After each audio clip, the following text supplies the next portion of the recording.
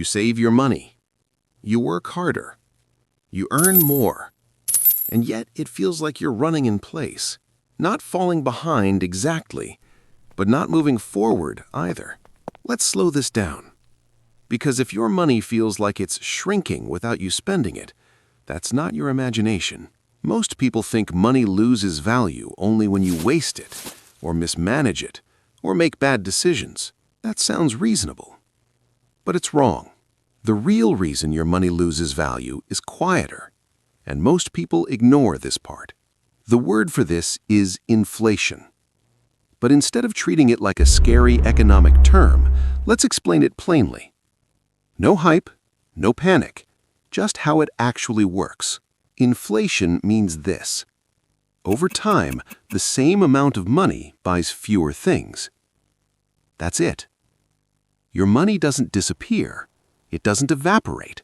It just buys less. Think of money as a measuring stick. If the world produces more stuff, but the measuring stick grows faster, the measurements change. Prices rise, and your savings quietly lose strength. And here's the key part. Inflation happens even if you do nothing wrong. Even if you save. Even if you're careful. That's why it feels unfair. Now let's break the mechanism down step by step. No shortcuts. Step 1. More money enters the system. This can happen through government spending, central bank policies, or credit creation. New money isn't printed and handed to you. It enters through institutions first. Step 2. With more money available, spending increases.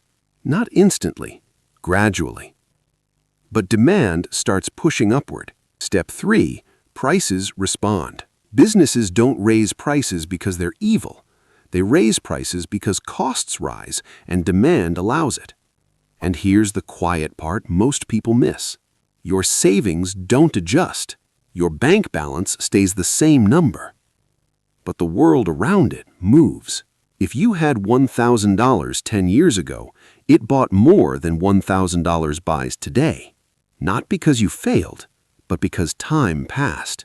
Inflation is time working against idle money. Slowly, predictably, relentlessly. Now, this is where misconceptions start. Misconception number 1, inflation is random. It's not. It follows incentives, policy decisions, and supply constraints. It just feels random because the causes are spread out. Misconception number 2, saving is pointless. That's also wrong.